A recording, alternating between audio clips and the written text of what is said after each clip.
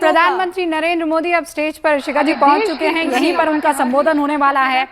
तादाद में लोग वहां पर इकट्ठा हुए हैं प्रधानमंत्री नरेंद्र मोदी को सुनने के लिए। बड़ा सा पंडाल सजाया गया है। ભારતનું સ્વાભિમાન અને ગૌરવ પુનઃસ્થાપિત કરનારા માનનીય વડાપ્રધાન શ્રીને આવકારીએ। જય સોમનાથ, હર હર મહાદેવ, હર હર મહાદેવ, હર હર મહાદેવ। નમો નમસ્તે ત્રિદશેશ્વરાય, નમો નમસ્તે ઋષિપૂજિતાય, નમો નમસ્તે સુરપૂજિતાય, नमो नमस्ते श्री सोमनाथाय। नमस्कार। सोमनाथ स्वाभिमान पर्व अंतर्गत आज की शौर्य सभा में उपस्थित आप सभी का बहुत बहुत स्वागत है। आवो फरी एक बार माननीय वडाप्रधान श्री, साथे ज माननीय मुख्यमंत्री श्री, माननीय नायब मुख्यमंत्री श्री, मंचस्थ सर्वे महानुभावोનું खूब ताळीओ साथे स्वागत करिए। धन्यवाद। आक्रांताओं की आंधियां जिसे मिटा ना सकी, वो भारत की अटूट आस्था है। सोमनाथ ज्योतिर्लिंग केवल एक मंदिर नहीं, हमारी संस्कृति और स्वाभिमान की शौर्य गाथा है।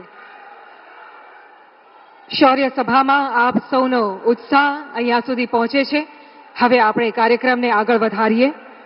सरदार पटेल जी ने जो नींव रखी, उसे भव्य दिव्य शिखर तक पहुंचा रहे देश के यशस्वी प्रधानमंत्री श्रीमान नरेंद्र मोदी जी आज अनादि अनंत भगवान शिव के श्री सोमनाथ मंदिर प्रभात क्षेत्र में पधारे हैं। आइए विधिवत रूप से उनका स्वागत अभिवादन करते हैं। સૌથી પહેલા વિનંતી કરીએ છીએ ગુજરાત રાજ્યના માનનીય મુખ્યમંત્રી શ્રી ભૂપેન્દ્રભાઈ પટેલ તથા માનનીય નાયબ મુખ્યમંત્રી શ્રી હર્ષભાઈ સંઘવીને કે આપ શૌર્ય પાઘડી અને શિવનામી પહેરાવી માનનીય વડાપ્રધાન શ્રીનું સ્વાગત કરશો। ભગવાન સોમનાથની સુંદર ફોટો ફ્રેમ પણ અર્પણ કરવા માટે આપ બંનેને વિનંતી, જેમાં રાણી અહલ્યાબાઈ, સરદાર વલ્લભભાઈ પટેલ અને સોમનાથ સ્વાભિમાન પર્વનો લોગો અંકિત થયેલો છે એવી ભગવાન સોમનાથની આ સુંદર પ્રતિમા। ખૂબ ખૂબ સ્વાગત સમસ્ત ગુજરાતની જનતા વતી। અને હવે માનવંતા મંત્રીશ્રીઓ, સાંસદશ્રીઓ અને ધારાસભ્યશ્રીઓની ટીમ પણ આદરણીય વડાપ્રધાનશ્રીનો સ્વાગત સત્કાર કરશે। માનવંતા મંત્રી સર્વે શ્રી જીતુભાઈ વાઘાણી, શ્રી અર્જુનભાઈ મોઢવાડિયા, ડોક્ટર પ્રદ્યુમન વાજા, શ્રી કૌશિકભાઈ વેકરિયા, માન્ય સાંસદ શ્રી રાજેશભાઈ ચુડાસમા, માનવંતા ધારાસભ્ય સર્વે શ્રી સંજયભાઈ કોરડિયા, શ્રી અરવિંદભાઈ લાડાણી, શ્રી ભગવાનભાઈ ગધિયા, श्री देवाभाई मालम, श्री भगाभाई बारड़ અને શ્રી કાળુભાઈ રાઠોડ। ત્રિશૂળ, ડમરૂ અને રુદ્રાક્ષની માળા અર્પણ થઈ રહી છે માનનીય વડાપ્રધાનશ્રીને।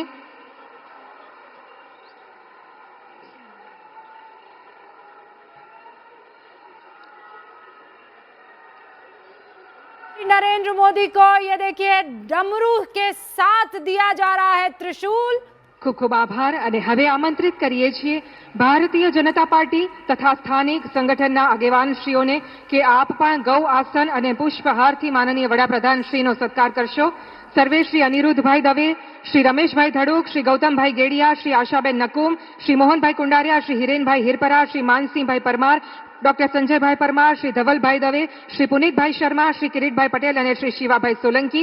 વૈદિક ગોમય આસન કે જે ગીર ગાયના ગોબર, ગૌમૂત્ર, દુર્વા, કુશ અને પવિત્ર નદીઓના જળ મિશ્રિત કરીને બનાવાઈ છે, જેમાં મંત્રોચ્ચાર દ્વારા શક્તિનો સંચાર કરાયો છે એવું આ ગૌ આસન અને આ વિશાળ પુષ્પહાર તેમના માટે કે જેઓ ભારતનું સ્વાભિમાન છે અને ભારતના સ્વાભિમાન એવી આપણી સનાતન સંસ્કૃતિ, સભ્યતા અને શ્રદ્ધાને પુનઃસ્થાપિત કરી રહ્યા છે એવા માનનીય વડાપ્રધાનશ્રી આપણા સૌ વતી પ્રભાસની આ ધરતી પર ખૂબ ખૂબ સ્વાગત।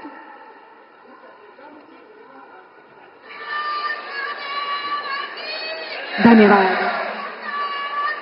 केदारनाथ मंदिर का जीर्णोद्धार हो, काशी विश्वनाथ कॉरिडोर या उज्जैन के महाकालेश्वर मंदिर परिसर का विकास, सोमनाथ मंदिर विस्तार की कायापलट हो या फिर करोड़ों सनातनियों के आस्था का केंद्र अयोध्या में श्री राम मंदिर का इस निर्माण। वक्त मोनिका भी हमारे साथ जुड़ चुकी हैं। मोनिका, आप देख रही हैं आज मतलब भव्य और दिव्य अलौकिक सोमनाथ नजर आ रहा है। अब बस प्रधानमंत्री नरेंद्र मोदी को अपना આજના संबोधन देना। કાર્યક્રમમાં આપણી વચ્ચે हाँ, પધારેલા बिल्कुल આપણા इन तस्वीरों को સૌના देखकर हर कोई आज अभिभूत એવા जरूर માનનીય होगा। વડાપ્રધાનશ્રીનું जिस सनातन ઉપસ્થિત संस्कृति को સર્વેવતી एक एक करके ગુજરાતની धर्म समस्त चेतना के जनता साथ वती प्रधानमंत्री શબ્દ नरेंद्र પુષ્પોથી मोदी સ્વાગત ने કરવા માટે સાદર जोड़ा વિનંતી है કરીએ देश છીએ। के साथ। માનનીય નાયબ वही મુખ્યમंत्री छठा जो है आज सोमनाथ में भी नजर आ रही है। और जिस तरीके से रूबिका मैम सुबह से ही आप लोगों को वो तस्वीरें भी दिखा रही हैं, तमाम धर्मगुरु जो संदेश देने की कोशिश कर रहे हैं, वही एकता और एक सांस्कृतिक चेतना की कहीं ना कहीं छठा जो है हम इस वक्त सोमनाथ में देख पा रहे हैं।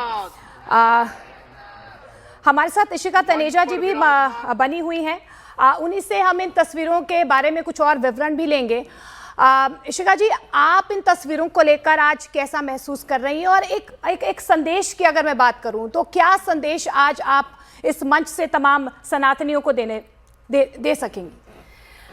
देखिए, मैं बहुत ही ज़्यादा खुश हूँ, बहुत ही ज़्यादा प्रसन्न हूँ इतने भव्य, इतने दिव्य, इतने अलौकिक चित्रों को देखकर। And I am really thankful news 18 India इतने सुंदर तरीके से पूरे के पूरे इस पर्व को दर्शा रहा है। हमें ऐसा लग रहा है जैसे हम सच में वहाँ पे बैठे हुए हैं, वो महसूस कर पा रहे हैं।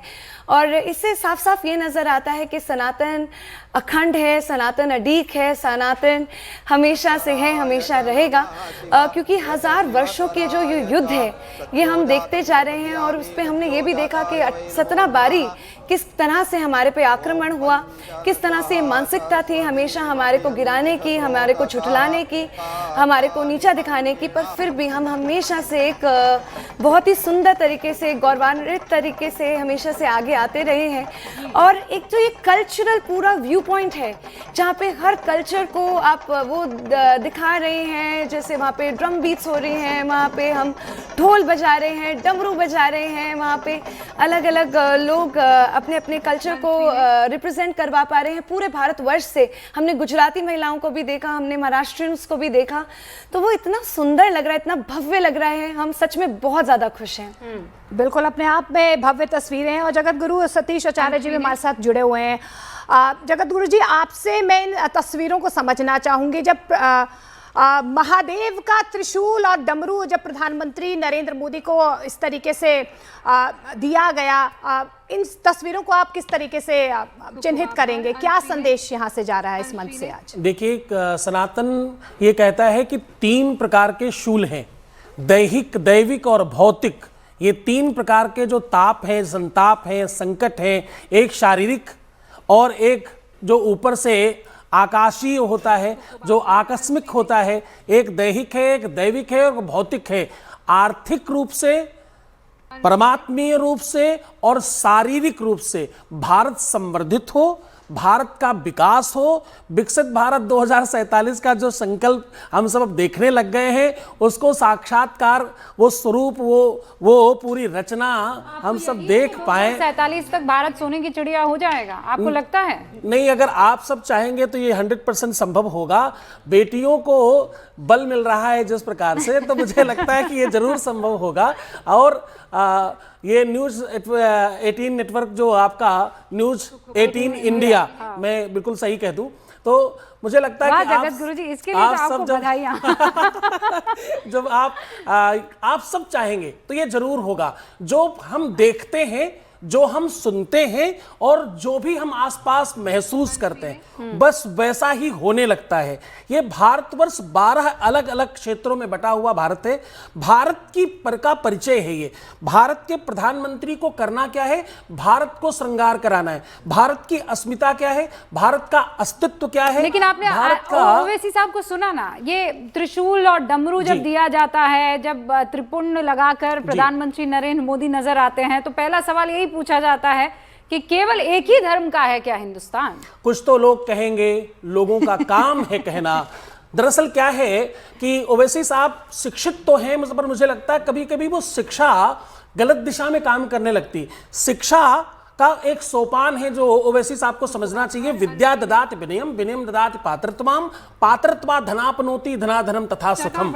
वेद कहता है शिक्षा आपको सबका विकास देखने के लिए कहती है, शिक्षा आपको सर्वांगीण बनाती है, शिक्षा आपको सहिष्णु करती है। आप किसी एक तरफा बात कैसे कर पाते हैं, आप एक तरफ कैसे देख पाते हैं? परमात्मा ने आपको दो आंख दी है तो आप दोनों तरफ देख पाते हैं, आप चारों तरफ देखने की क्षमता रखते हैं। तो खैर किसी और पर बात न करके मैं आपको सोमनाथ पर फिर से वापस ला रहा हूं कि ये आपने जो आज दर्शन कराया है, मैं तो इसमें बहुत आनंदित हूं और मैं बहुत बहुत बहुत प्रसन्न हूं। माघ का पवित्र महीना है और इतनी अद्भुत तिथियां हैं और ये ऑडिट मंथ है, जैसे मैं आपको बार बार कहता हूं कि ये भौगोलिक रूप से खगोलीय व्यवस्था के आधार पर ये ऑडिटेड मंथ है। इस मंथ में आपने ज्योतिर्लिंग की पहली श्रृंखला की पहली सीढ़ी का, पहली ज्योतिर्लिंग का मुझे दर्शन कराया। पूरे भारतवर्ष को दर्शन हो रहा है, ये बहुत अलौकिक है। और उसमें डमरू का स्वर नाद, क्योंकि देखिए ये कोई स्वर नहीं है, भगवान शंकर ने पहली बार जब नृत्य किया,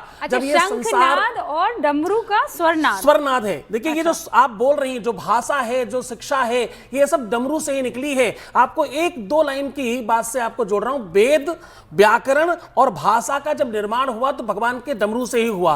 बोले नत्ता बसाने नटराज राजो ननाद धक्काम नौ पंच बारम ऊर्ध्वर्त्व कामा सनकाद सिद्धिम नेतत्व से शिव सूत्र जालम। ये डमरू से ही वो सूत्र निकले हुए हैं 14, जिनसे सारी भाषाएं, सारी की सारी विद्याएं और सारी की सारी परंपराएं निर्मित हुई। तो ये वही डमरू है और भगवान शंकर का डमरू है। तो मुझे लगता है ये ऑडिटेड मंथ में बहुत अलौकिक हो रहा है। फेवरेट है ये जगत गुरु जी का मंथ जो है माघ, ऑडिटेड। समझिए आप तो न्यूज़ 18 इंडिया देख ही रही होंगी कि आज से ना भगवान सूर्य जो हैं वो करवट लेंगे और फिर शनि जी से पूछेंगे, बताओ भाई इतने सारे टाइम आपने किया क्या? 6 महीने 6 राशि में, 6 महीने 6 राशियों में क्या किया और जिस तरीके से आज से सुबह से ही आप तस्वीरें भी दिखा रही हैं, एक बात जो मुझे आचार्य जी की बहुत खूबसूरत लगी, उन्होंने ये कहा कि भोलेनाथ, भगवान भोलेनाथ सत्य के भी प्रतीक हैं, डर के नहीं जी, ज्ञान के और सत्य के प्रतीक हैं। और आप देश में तमाम लोगों को सम्मिलित तभी कर सकते हैं जब डर का माहौल ना हो, एक सत्य का हो, एक शिक्षा का माहौल हो, ज्ञान का माहौल हो। और जिस सांस्कृतिक चेतना की हम लोग बात कर ही रहे हैं, उन तस्वीरों को लगातार हम देख भी रहे हैं। लेकिन आचार्य जी, आपसे मैं ये भी समझना चाहूंगी, आज माघ के महीने में जब सोमनाथ से ये तस्वीरें निकल कर आती हैं, तो आगे आने वाले पीढ़ियों को क्या संदेश देती हैं? और अगर मैं हिस्ट्री की बात करूं तो पुरानी उन हिस्ट्री की अगर मैं किताबों को पलटूं या पन्नों को पलटूं, तो इस तस्वीर को आप किस पन्ने में पलट कर देखना चाहेंगे आगे आने वाली पीढ़ी के लिए?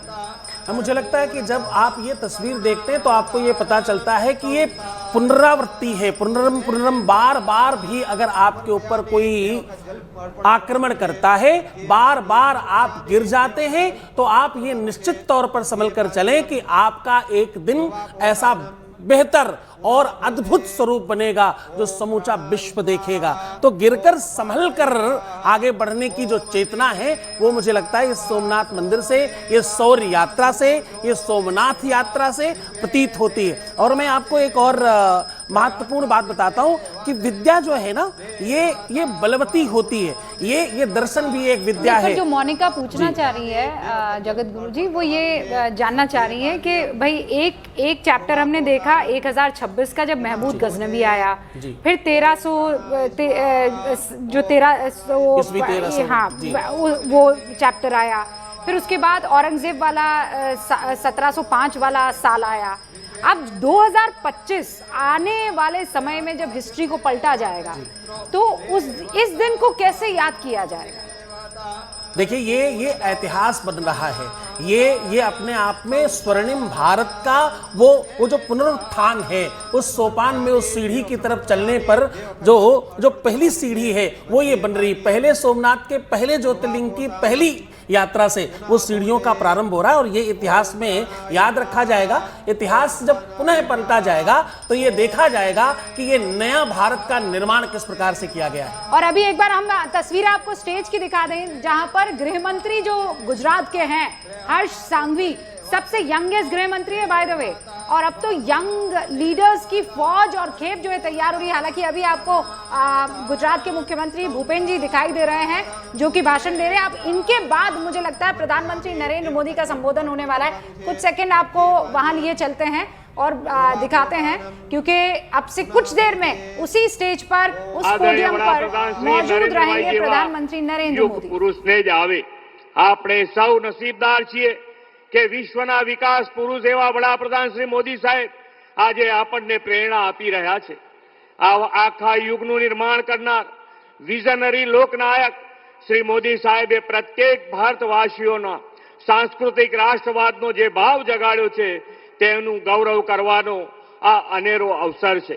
સોમનાથ મંદિરની ગાથા કોઈ વિનાશની ગાથા નથી, એ તો 1000 વર્ષથી આપણા અડગ સ્વાભિમાનની અને ક્યારેય અસત્ય સામે ન ઝૂકવાની વિરાસત છે। ગુજરાતના પનોતા પુત્ર લોહ પુરુષ સરદાર સાહેબે દેશની આઝાદી પછી સોમનાથ મંદિરના પુનઃનિર્માણનો સંકલ્પ કર્યો હતો। આ સંકલ્પને પૂર્ણ કરતું આજનું ભવ્ય મંદિર પથ્થર કે ઈંટોનું ચણતર નહીં, ભારતના આત્મવિશ્વાસ, આધ્યાત્મિકતા અને સરદાર સાહેબની દૃઢ સંકલ્પ શક્તિની વિરાસત છે। વડાપ્રધાન શ્રી મોદી સાહેબે આપણા શ્રદ્ધાના કેન્દ્રોની આવી વિરાસતને જાળવીને આધુનિક કાયાકલ્પ કરવાની સંસ્કૃતિ વિકસાવી છે।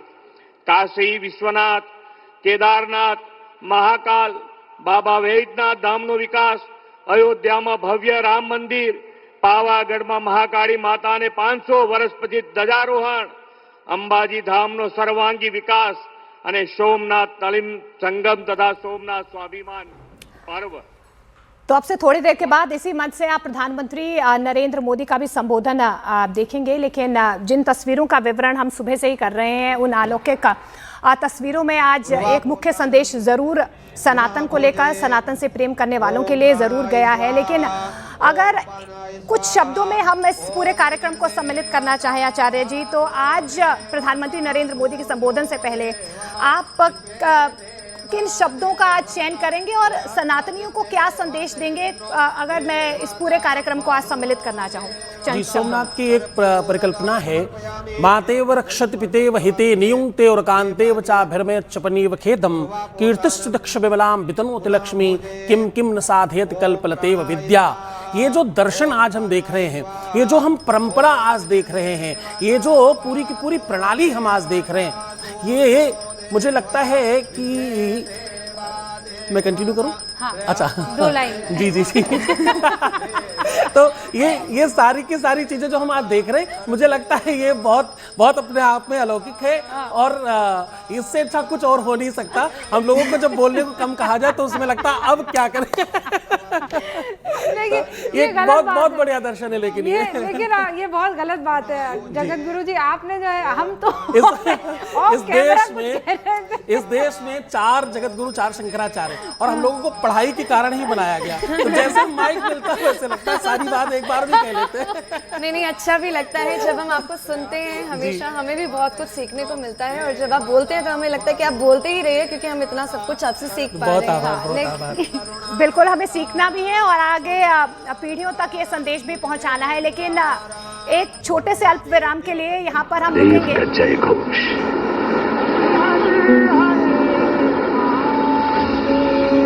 जहां चंद्रमा ने अपना खोया हुआ तेज पुनः पाया, जहां हरि और हर एक हो जाते हैं, हिरण, कपिला और सरस्वती का त्रिवेणी संगम। युग बदले, सतयुग में सोम ने स्वर्ण, त्रेता में रावण ने रजत, द्वापर में कृष्ण ने